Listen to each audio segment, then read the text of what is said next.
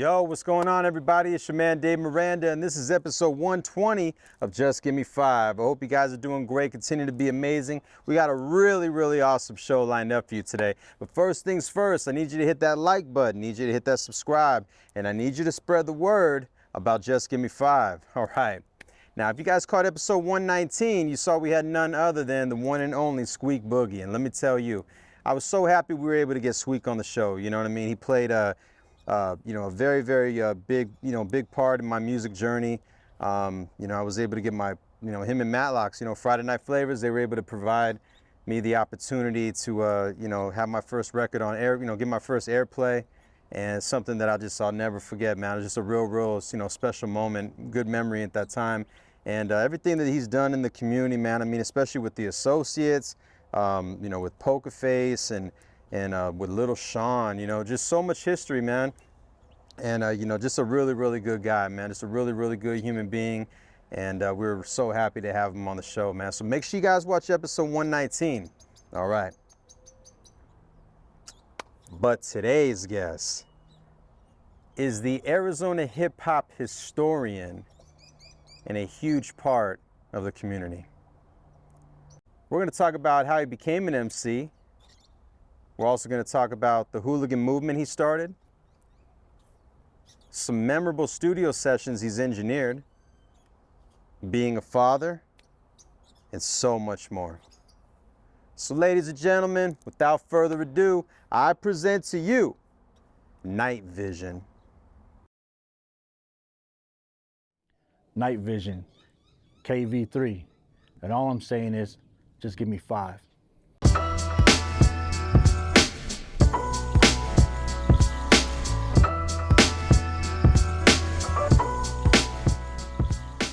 Well, the year was 1992, but let me tell you this. I moved around a lot, you know what I'm saying? So like, eventually I got here to Arizona, but I started off in Long Beach originally. And then my parents broke up, they divorced when I was 2. My dad was in the military, he was Navy. My mom was up there for college. And so we went back to Wisconsin, where my mom was from. So I was there doing my thing. And I listened to a lot of rock and roll and country, but when I heard Walk This Way, for some reason I felt it, I felt it. And back there in Wisconsin, I dealt with a lot of racism. There's a lot of racism back there. What city was this in? It's Menominee. Okay. It's outside of Eau Claire. It's like the central west side of Wisconsin. It's like 70, I think about 70 miles away from Minneapolis. So it's over the border from Minneapolis. Yeah. So I mean, a lot of my family were Twins fans because they're right there by Minnesota. Yeah.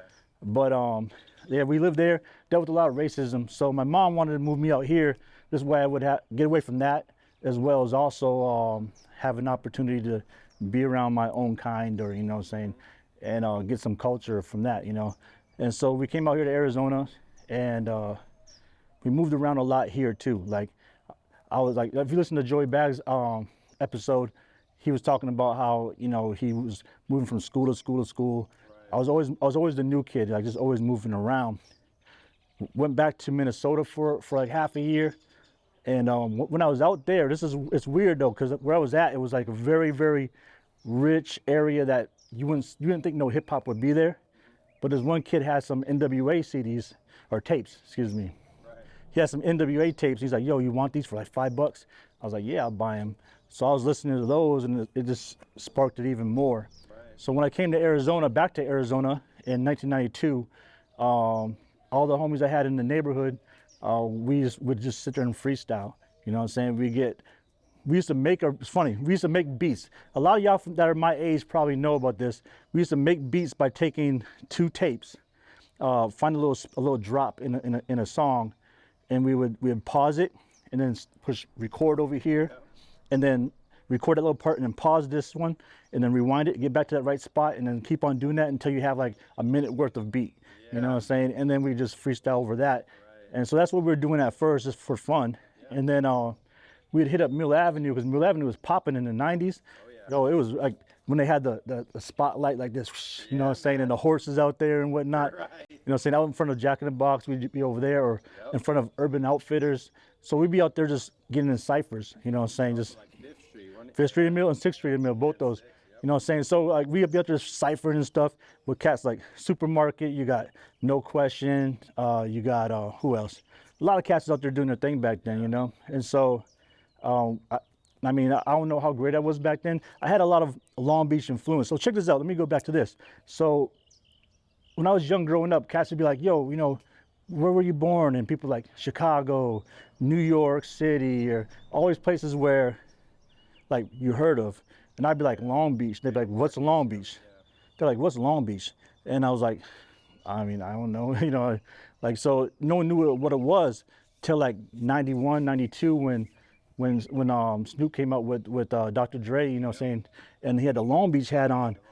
And I was like, is it the same place? You know, and I looked into it and it was like, and I had so much pride at that point, like, yo, where I'm from is known. It's something. Yeah, you know what I'm saying? So I had that influence of G-Funk in the beginning, you know? So like, you know, I was more lyrical, but my style, the way I would spit would be more on some player stuff, you know, and whatnot. So I had that. But I love lyrics, you know what I'm saying? So like back in the beginning, I loved West Coast beats, but I love the East Coast lyrics, you know what I'm saying? So I try to like spit more lyrical, but on some more West Coast type beats. And it wasn't until whenever Wu-Tang Forever came out, one of my homies, Drew, he lives out in Houston right now.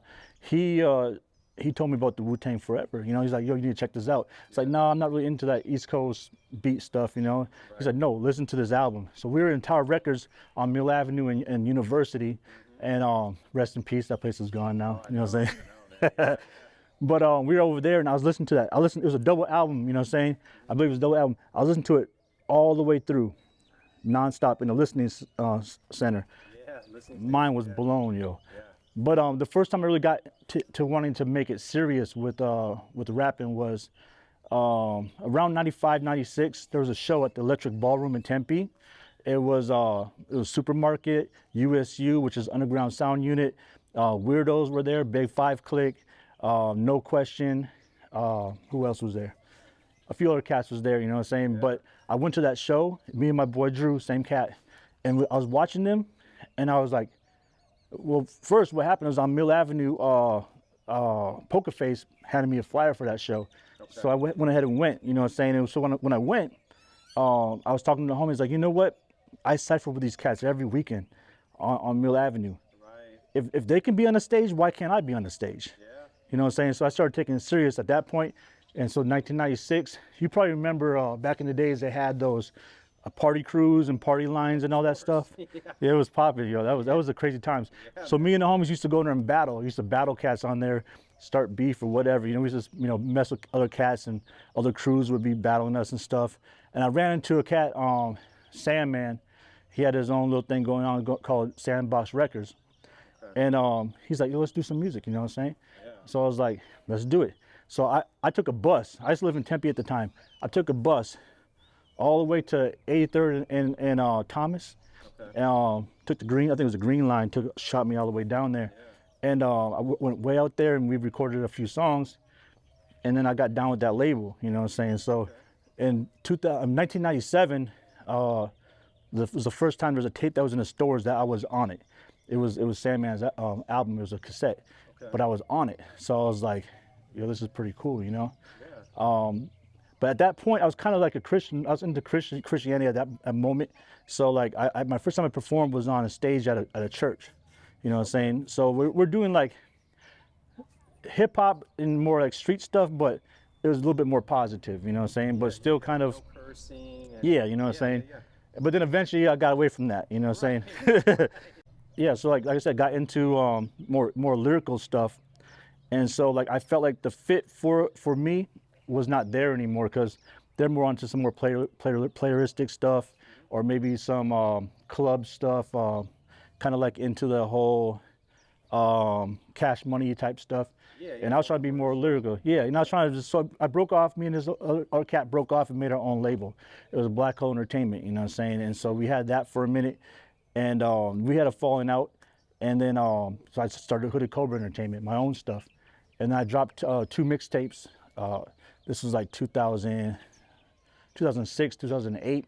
I dropped 2 mixtapes, the Dukes of Hazzard mixtapes, Knightvizion, Dukes of Hazzard, and the second one was called a Second Round Knockout.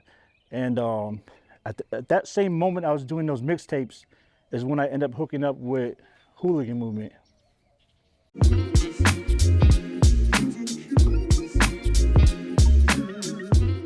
All right, well, first let me tell you how I got on some lyrical stuff, because Hooligan Movement was all about like lyricists. You had to be really a lyricist to be down with that. You know what I'm saying? Bars, barbarian, you know what I'm saying?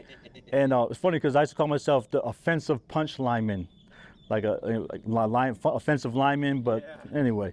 But where that started at was around 98, 99. Online, we used to do some battles, like text battles. We also did like verse battles, or song battles, where like basically do a diss track to someone and they do a diss track back to you. There was leagues for this where you go in there, you battle, you work your way up or whatnot. You know what I'm saying? Okay, so it's funny you say that, because in when you did Blaze Rock, he's talking about lyricalbeatdown.com. You know what I'm saying? That was one of them. We called it LBC, lyricalbeatdown.com. There was Shady Records. There was a Shady board. There was what was some of the other ones? Can't remember all of them, but there's a lot of them out there. We used to just jump around to all these boards and all these leagues, and we used to battle, right? This was pre-602 Streets? It was, okay, so 602 Streets was going on at the time. 602 Streets probably was around at that time, because we used to be on 602 Streets. Like, we used to go to Mesa Community College to their computer lab, you know what I'm saying? And we'd be in there on 602 Streets, and then we had made our own boards, you know what I'm saying, our own little battle boards and whatnot. I think we called it Desert Combat or something like that. Right. And then we went on LBC, and that's where I met Blaze Rock, was online with all that, like MP3.com. You also got lyricalbeatdown.com. And he was for sure running Lyrical Beatdown, which I didn't even know that, to be honest. I didn't even know that until watch your episode. I was like, wow, that's crazy. But yeah, I met him on there, and you know, yo, you're from Phoenix too, you know, what's good, da da da da. And I think it was his first album he put out. Can't remember the name of it. I want to say, it might be Mercy Killer. I remember the name of the album, but he gave a shout out to me on the inside credits of that album. Nice. But much love and respect to Blaze Rock. He's been doing it. He put like 30 albums out. Oh my God, he's a beast with it. And overall, good, dope dude, you know what I'm saying? But yeah, like in that time, I was battling like crazy. And what's crazy is when you're battling online, when you're doing text battles a lot, no one hears your voice. No one can see your actions, you know what I'm saying? You can't be all like, your body language can't sell you know, how dope the lyrics is. Yeah, so you had to have content, you had to have punchlines, you had to have metaphors and similes, you had to have multi-syllabalistics, you know what I'm saying, like rhyming multiple syllables, you had to have rhyme scheme, name flips. There's all these elements you needed in order to have a verse that's going to make you win, you know? Even though it's online, you want to still be able to paint a visual. Exactly. With it. So that's, yeah, exactly. 100% imagery. That's another thing. You know what I'm saying? So like basically that made me a doper MC, because I had to do more. Because really, realistically, you listen to a song, someone be spitting some basic stuff, but this is a dope song because how they deliver it or how the beat is or however. But when all you have is just your text, black and white on paper, you have to go over and beyond with it. So like you see cats like Cassidy, like Afu Raw, Eminem, people like that are the type of cats that have the lyrics that match what you would need in order to be in these things and be successful. You can be in there, but a lot of people are just getting smashed, you know what I'm saying? So right. You don't do it, but at your own risk. Yeah, so that turned me into like this big old battle cat. I did over 300 battles, yo, like literally, you know what I'm saying? Like text battles, and even we did chat battles where you go into a chat and then everyone starts just battling each other. So you're battling like 5 people at the same time, and that's where my texting speed came into play. Like I can, okay, so I have it on I think it was SoundClick.com back in the day. It's up there. If you go there, it's on there, but it's like 330 some wins and 316 wins, I think it was, and 336 wins and 16 losses or something. I don't know. If you go on there, if you go to Knightvizion on SoundClick, you'll see whatever it is. It's on there. But there's a lot of battles. You know what I'm saying? I lost a lot too, you know, but I was putting in work. Come on now. It was something like that. It was like either I lost, it was a 316 with 30 or it was 330 with 16. I don't remember. But y'all can check it out. You can fact check, you know what I'm saying? Right. But you can even get at Blaze Rock. I mean, he was also smashing fools back then, you know. We were smashing fools. So my point is those lyrics, that skills I got from that got me to a point where I was rubbing elbows with some dope cats, you know. Joey Bags, for instance. One of his first songs he ever recorded was with us, you know what I'm saying? Like we did a song back in the days. I might have to slide you that so you can peep that song. It's pretty dope. But I mean, it's old and he doesn't like it because, you know, but you hear his voice. Yeah, if you hear his voice then to now, you know how it's got that raspy voice. Back then he didn't have that. You know, it was just starting like a little bit after that. So that was dope. But then what happened is there's this cat named Archangel. I don't know if he was on 602 Streets a lot. Really dope cat. Like he was a genius. Rest in peace. He passed away. Rest in peace. But him, Broke One, and Gaddafi, they're the ones that started the Hooligan Movement. And so one day he had pulled me aside. He's like, "Yo, I'm starting this crew. It's not a crew, but it's like a conglomerate or whatnot. You know what I'm saying? Where it's gonna be a bunch of soloists and crews within it. You know what I'm saying? And we just all are about, you know, lyricism and real hip hop and whatnot." And he had these beanies that said "Right Side," WRITE side, right? And the whole point was writing, but also the fact of you use your right side of your brain, for creativity and whatnot. And he gave me one of those beanies. He's like, "Yo, you know, be down with Hooligan Movement." I was like, "For sure," you know what I'm saying? That same day, Joey Bags got down with it, you know what I'm saying? Because Joey Bags, we're all chilling at Archangel's house. And then from there, we started adding people, boom, boom, boom, boom. And then we'd go to do shows or whatever, and then we'd add more people, and it started getting bigger. And after we did like 2 or 3 shows, we started trying to organize it. And like, yo, let's do this, let's do that, da da da. Then it turned into like a crew, like a rap crew, instead of like this umbrella, you know what I'm saying? And we ended up being like 16, 17, 18 deep. You know what I'm saying? We had a lot of fools. Like, let me see, we had Archangel, we had Broke One, Gaddafi, we had me, we had Twilight, Twilight, dope Emcee right there. We had Joey Bags before he went off to TSOI. We had Just Cause, aka Alcatraz, aka Gorilla Grodd, I believe he went by, aka he goes by Grim Moses now, you know what I'm saying? Super dope MC, super dope person, very focused, much love and respect to him. He had a cat named 80 Proof. He was part of a crew called Proof, man. You remember 80 Proof? Big boy, man. Yeah, big boy. They're part of a crew called Long Distance. Yeah. And so they were part of Hooligan Movement as a crew, and you know what I'm saying? And then, you know, 80 Proof went off to do like the whole Christian thing. Yep. And then we had Headcase, who also went off to do some Christian stuff. That's a dope dude right there, lyrical too. And then we had like, I don't know, we had so many cats. We had Anthony Analog, we had Vice Versa, we had Voice was down with us, Sage and Brown, Fable, Phallic, Mike Fan. Man, we just had a bunch of cats, man. We was deep, and all of them were lyrical, you know what I'm saying? So it was cool because we all fed off each other. We all had our own style, even though we're all lyrical, we all had our own style, you know what I'm saying? And everyone kind of like fed off each other's energy. So, I mean, that was pretty dope. And then we started doing shows, started getting bigger, locally, like well known. And then for a hot minute there, we were blackballed for a hot minute because a lot of shows we would do, it turned into fights or shootings or near shootings, or, you know what I'm saying? So that was happening. And so it was kind of like, we're like looked at as a bad group because we, you know, trouble would happen wherever we're at. We're hooligans, you know what I'm saying? What are we gonna do? We're not gonna be doing happy stuff all the time, but it is what it is. But what happened is Audie Carter, rest in peace, you know what I'm saying? I was trying to get on a show with her one time, and she was like, "Yo, I heard, you know, y'all was troublemakers," basically. I was like, "No, it ain't like that. Let me give me a chance." So she had me come through, and I talked to her. We sat across the table from each other. We talked, and I let her know, like, "Hey, you know, people come at us, you know, we just defend ourselves. It is what it is. But I promise never to bring no drama to your venues, you know what I'm saying?" And she's like, "Okay, I'm gonna give you a chance, you know?" And so she gave us a chance, and we started doing shows. We were either the headliner or the co-headliner on most of her shows during that period of time. And I was designing her flyers for her, and I'd meet up with her to get tickets and whatnot.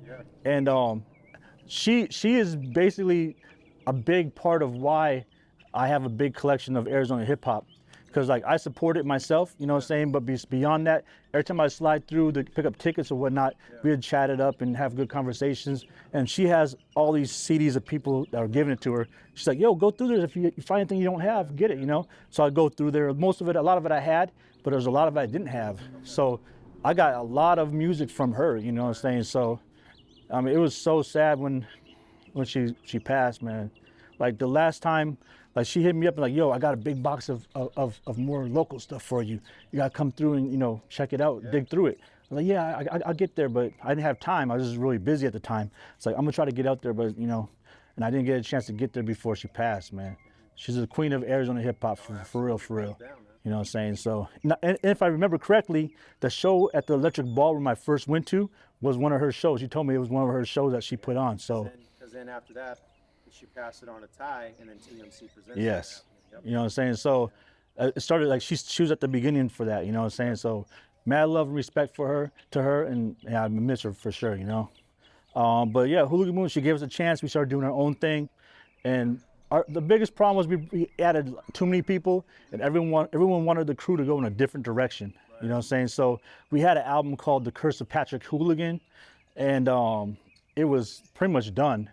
But one of the cats in the crew, he took all the songs, all the lyrics, and put it on different beats that he made, and called it Remixed and Repulsive, which was dope. You know, I can't even be mad about it. At the time, I was mad about it because like, yo, we spent our time on these beats and you changed it. But as I got older, you know what I'm saying, and more wiser, I realized that at least we got something out, you know? Sure. And so, yeah, that, we're also working on a mixtape called DNA, which stands for Demons and Angels, because within the crew, we had cats that were on some, like Christian stuff. We had some people talking about eating babies and stuff, you know? So we had everything in between. We're demons and angels. And as human beings, our DNA, we got good and bad within us, you know what I'm saying? So our DNA is demons and angels, and we fight them, or, you know, we let them take over us, you know, one way or another. So that was Hooligan Movement.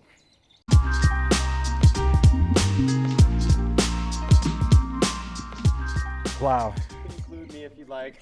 You already know, man. Elote! So, okay, this one's a big one for me because there's a cat named C. Ray's Walls. You know what I'm saying? If you never heard of him, look him up. He's pretty dope. Absolutely. You know what I'm saying? And I had his album, I think it was the Mark of the Beast album, you know what I'm saying? And like, I just liked his style. He's just different, you know? And we got a chance to do a show with him. And I was so happy. I was like, yo, I'm gonna do a show with C. Ray's Walls, da-da-da-da-da. So we did our show. While we're on stage, I'm performing. All of a sudden I see him walk in, because we were going on right before him, you know what I'm saying? So like, we were like the co-headliner or whatnot. And so I saw him walk in, he came straight to the stage and just watching, and I'm like, yo, he's right there, yo. You know what I'm saying? Usually like the main act's like in the back doing whatever, he's in the front watching us. And I'm like, respect for that. So I'm doing my thing, da-da-da-da-da. When I got off stage, I came around the corner, he was right there, he's like, yo, peace, God, you know what I'm saying? He shook up with me, boom, boom, boom. He's like, yo, you did your thing, you know what I'm saying? Keep doing it, da-da-da. He gave me some words of encouragement. I was like, yo, this dude just came straight to me and gave me love. And that's C. Ray's Walls, y'all. I was flipping out. So I was like, that's cool. So then he went up there next. And so I'm gonna show him the same love. I'm right in front. I do that anyway. You already know me. Like, I'm in the front anyway, showing love to, like, if no one's no one's on the, you know, the dance floor or whatever, and someone's up there rapping, I'm gonna give them love, you know? I'm gonna start it, because a lot of people are followers. They ain't gonna do nothing until someone else does it. Right. So if I go out there and start doing it, you know, we can get this party started, you know what I'm saying? So I'm up there showing love to him, and then the unthinkable happened. He reached down into the crowd and grabbed my hand and pulled me up on stage, right? And I'm like, what's going on? And then he went to Big Maradox, you know what I'm saying? And he pulled him up on stage. And he's like, yo, I'm gonna put on a beat and we're just gonna freestyle. I was like, say word, you know, so let's do it. So boom, I'm on stage, rocking the stage with C. Ray's Walls. Right. I'm flipping, you know what I'm saying? So I'm like, yo, so I'm doing her thing, da-da-da-da-da-da. It was all love. Got back off the stage, and then next thing you know, like afterwards we're chilling. I gave him one of my Hooded Cobra shirts, just out of love. Like, here's my shirt, whatever. He put it on immediately. Like, I'm like, yo, he's putting my shirt on and everything. And then he needed to record some verses for I think it was Sadat X or whatever, and a few other cats. And he's like, yo, I need a studio. Joey Bags came to me, he's like, yo, dude needs a studio to record at. You know, saying your spot's right up the spot. Like at this, no, I take it back. It wasn't Chasers, it was Stray Cat, I think. Yeah, or Yeah, because it was right around the corner. It was right around the corner from, yeah, you know what I'm saying? So then like we went over there and like I brought him through and he recorded. He took a little video like, yo, I'm here with Hooded Cobra, da da da da da. Yeah. It's on the website, hoodedcobra.com, you know what I'm saying? He's on there right now. And that was like, damn, he's recording in my studio, you know what I'm saying? And we exchanged numbers or whatnot. And I thought that would be it. You know, he's a superstar. He's never gonna talk to me. Next day he hit me up like, yo, what's good? You know, da da da. I want to put you down with Sun Cycle. You know what I'm saying? Sun Cycle 360, like a little, basically dual branding me, Hooded Cobra and Sun Cycle. I'm like, I'm down. Let's do this. You know what I'm saying? So I did that with him for a minute. We recorded a song with Jizza. You know what I'm saying? So that was dope. We're supposed to record a video. Just never got around to that. But you got a record with Jizza, man. Yeah, man. That's huge. So that. You know, it is what it is. I just wish we did more, you know what I'm saying? Just, he had some stuff going on in his life, you know what I'm saying? So it is what it is. But that was a dope, basically my first session I'm gonna say about is that one, because, you know, having a legend in my studio, like, I was like, you know, so that was number one. A second one would probably be when I recorded my first Dukes of Hazzard mixtape, because it was like 26 songs long. And like I had like 4 or 5 of them already done, but the rest of them I did all in one day or one night. Because the next day we had a show, and on the flyer it said you're getting all these albums for free if you say you're there for us. Because that's when they say, you come to the door, they're like, who are you here for? And you say, oh, I'm here for this person, that person, you know what I'm saying? And if they say they're here for us, whoever gets the most, you get whatever, you know? Right. So I was like, if y'all come through, we had our flyers, we passed them out. If you say here for Hooligan Movement, you're gonna get, I think it was like 5 CDs. Like it was mine, it was Trife Malone, Anthony Analog had one, can't remember, a few other ones. We had like 5 albums were given out. So I had to have my album done, because it said it's gonna be a free album if you come. So I was like, I had to finish this. So one night, I stayed up and just recorded. And so there's a song called Phoenician Dream, and you hear my voice is like really like raspy at that point. And a lot of people are like, you're trying to sound like Game, because it's a Game beat that I used. Like, no, I was just running out of gas. I ran out. It was the last song I recorded, you know, and my voice was like, So I did that whole album basically in one night. So that was probably the second, what do you call it? What was the word? Something studio session. Yeah, memorable moments. Okay, boom.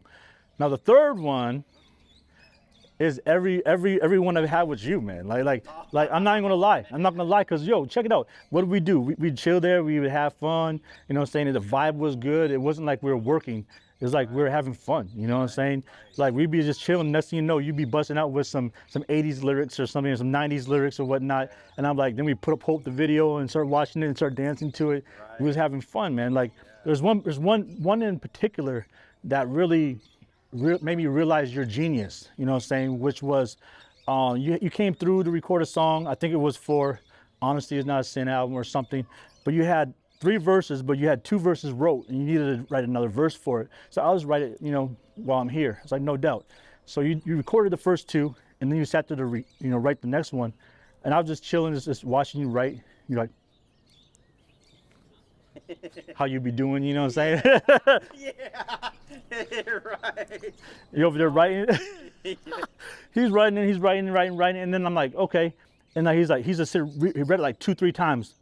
He's like, all right, I'm ready. And you put it down, and you went up to the mic, and I'm looking at you, and you're like sitting there waiting for me to push record. And I'm just sitting there staring at you like, and you're like, you gonna push record or what? What's good, you know? I was like, yo, aren't you gonna use a notebook? You just wrote that? He's like, no, I got it, I'm good. I was like, bullshit, yeah, my bad. I was like, bull, you know what I'm saying? Like, yeah, there's no way. And then he spits it, da, one take, fresh, perfect, everything's good. I'm like, no way, let me see that. I'm listening back, I'm looking at the lyrics, I'm like, word for word, yo. I'm like, how you do that? That's magic. So for me to be able to witness that and be there and seeing that happen, like that's like Jay-Z, you know what I'm saying? Jay-Z's like that. He comes in his head, and he spits it, you know what I'm saying? Like I was like, I'm witnessing greatness right now. You know what I'm saying? So it's like all the sessions I had with you were just like next level. And we had a lot of sessions, a lot of sessions. And another time with us is when we had that when the Popeye's chicken sandwich was popping off. You know what I'm saying? That was like the thing. You know what I'm saying? And like, yo, we in the middle of the session, we're like, yo, we gotta get something to eat. Let's go get some. Let's go check out this sandwich. So we had rode over there and got it, and that's why I took that picture, the one that says elote on it. You know what I'm saying? And I had my dead rabbits hat on, and it was a dope picture. And that was another moment I liked a lot. And it's funny because that dead rabbits hat I ended up trading off to Joey Bags, because that's his culture. He's Irish, and you know, dead rabbits, you know, comes from that. So I traded him off for a jewelry scale and a polo sweater. Now that I think about it, he never gave me that polo sweater. Joey Bags, you owe me a polo sweater, yo. If you're watching, Joey. If you're watching, Joey, I got my eye on you. No, but yeah, so like all the moments I had with you was next level. You know what I'm saying? Like that was my funnest times, is recording with you. I thank you that. I thank you for that. My brother. No doubt.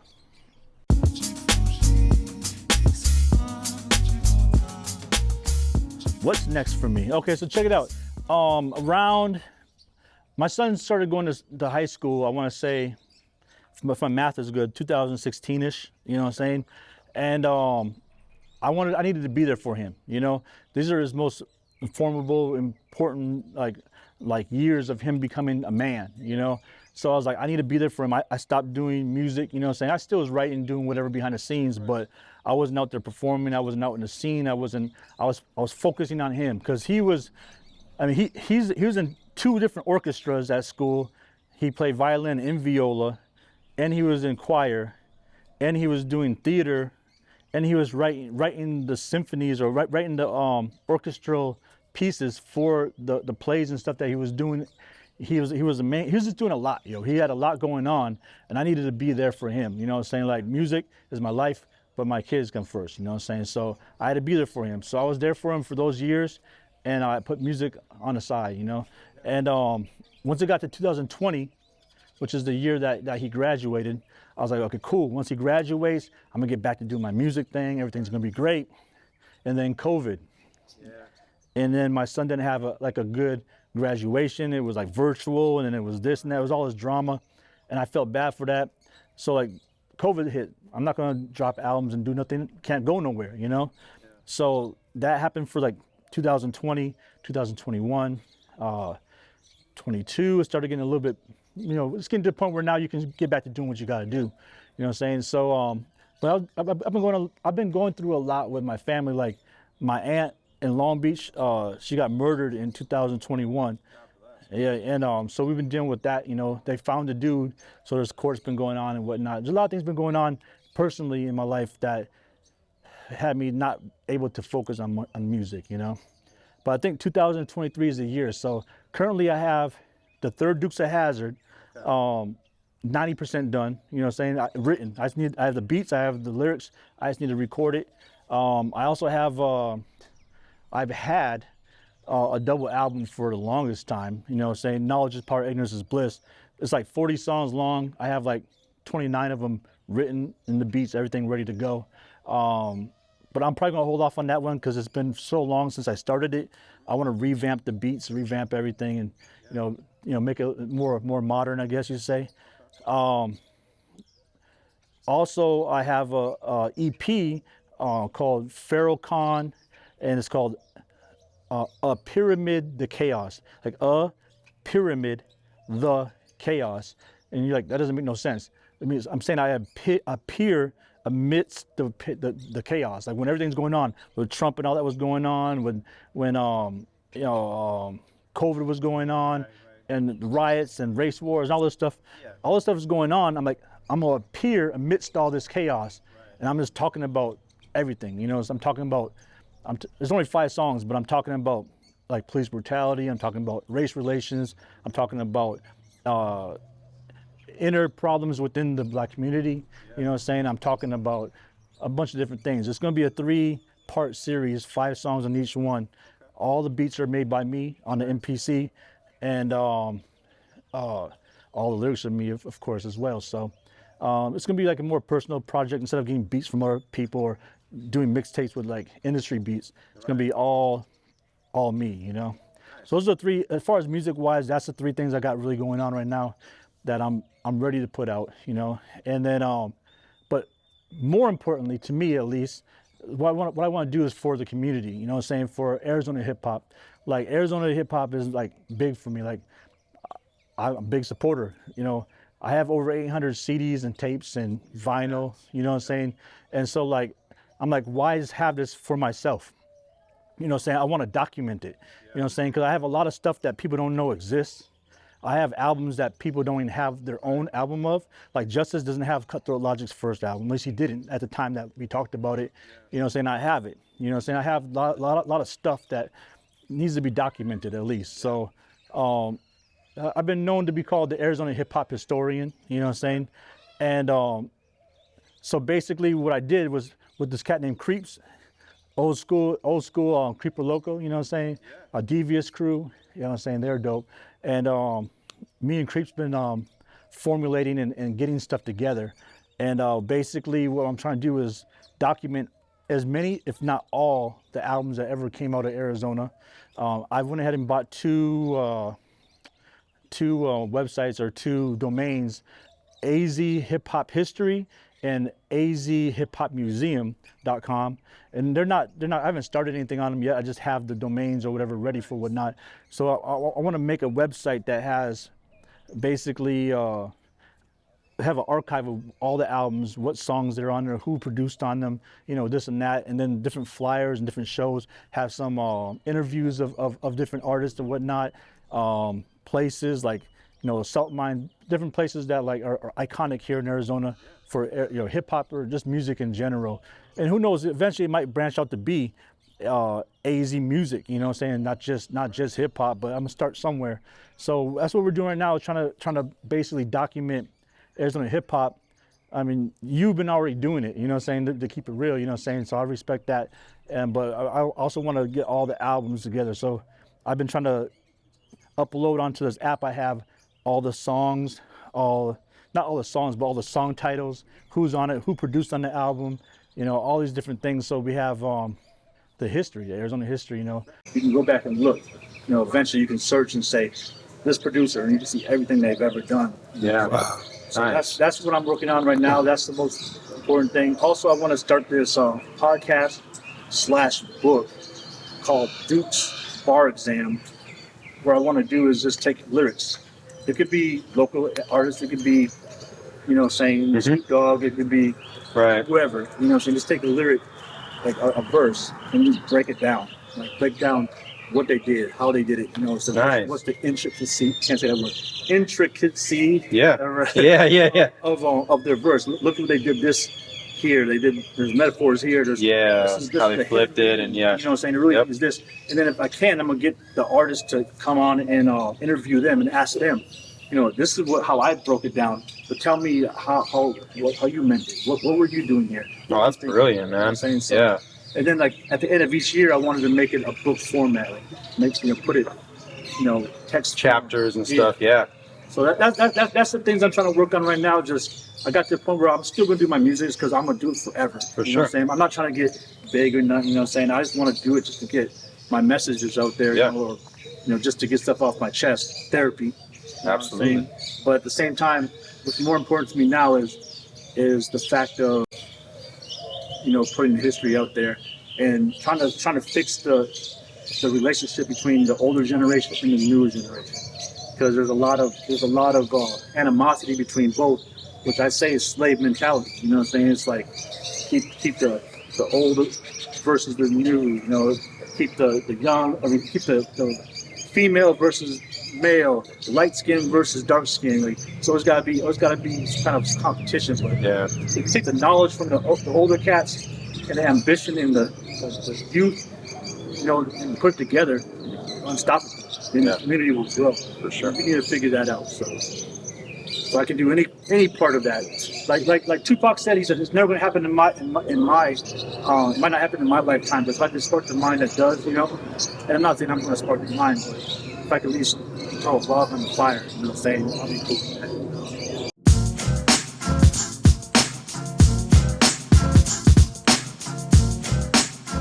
You know what's crazy? I seen your very first episode, right? Very first one. And I got to that question. I was like, you know what? If I ever was to get on this show, you know what I'm saying, how would I answer this question? And I thought of some witty stuff and this and that we could do. And some things I thought of other people have done. And I was like, you know what? Like, why try to... One, I didn't think I'd ever be here, to be honest. You know what I'm saying? And two, the fact that this comes from the heart. This is saying from the heart. So, how does it feel? I mean, it feels great. You know what I'm saying? Like, love is the most important thing. You know what I'm saying? Like, interaction, communication. I have a saying. Let's put it this way. Power of community equals power of self. You know what I'm saying? Because basically, if you look out for your community and those around you, then you'll be good in that community. You know what I'm saying? Because everything around you is good. Yep. You know what I'm saying? But if you let the community go to crap and everything's around you and you're just worried about yourself and focused on yourself, like, I'm good here, screw everything else around me. Eventually that's gonna come to your doorstep and it's gonna consume you as well. So if you have power of community equals power of self. So like basically just look out for others, look out for the youth growing up, look out for your community, and you'll be good. You know what I'm saying? So how's it feel to be loved and all that? It feels good when you can give back to the community and give them the feeling of that same feeling that you got yourself. All right, yo. Knightvizion, KP3, Scorpion Fist, Triclops. That's my vibe. But before I go, I want to say something. Is rest in peace to all the fallen soldiers here in the Arizona hip hop scene. You know what I'm saying? You got Archangel, you got Urel, the architect, you got Bomb Nameless, you got Carnegie, Dominant Born, you got Sahun, you got Akile, aka Man of Steel, you got Audie Carter. You know what I'm saying? We got Trap House. There's so many cats that passed away that are not here today, but had an impact on the scene. And I just want to give a shout out to them, low key. John the Baptist, aka John Doe. Y'all are gone but not forgotten. Y'all live on through us. Much love and respect.